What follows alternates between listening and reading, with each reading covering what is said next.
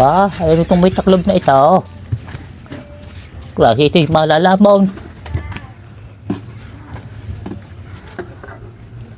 Aba, ay sinigang na baboy ay. Ay, paborito ko ito.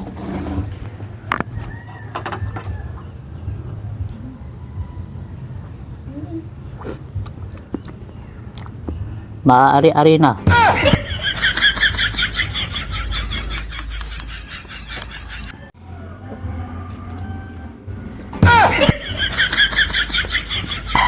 Nako, eh bakit nyo kinain yan? Ay aking pang ulam yan. Hala, ay ari bagay iyo.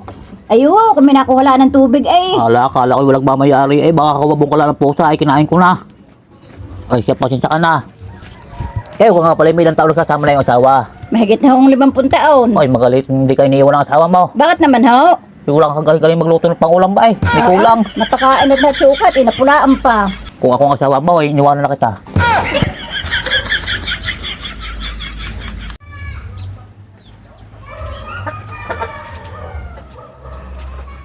Kanya ina, kung tinanong mo ng pangulam, Ay di kay tinanaan nga kita.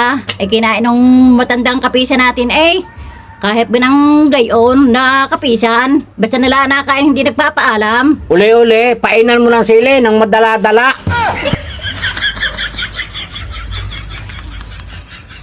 Two 2,000 years later.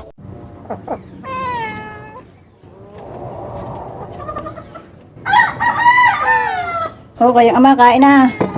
Ako lang kukuha ng kanin. Yan, kanya ina, narin na uli ang matanda. Kumuha ka ng sili doon, ating papainan para madala-dala yan. Ante mo nga, tayo kukuha ng silit na mga painan yan. Siguro pag natikman niya yung madadala-dala ang matandang yan.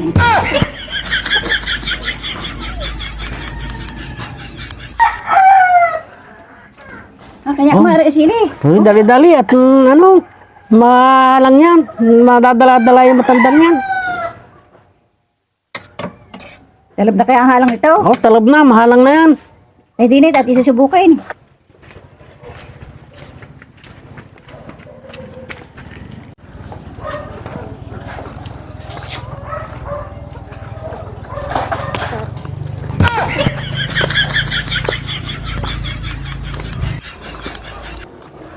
Aba, ay pag nga naman sinuswerte.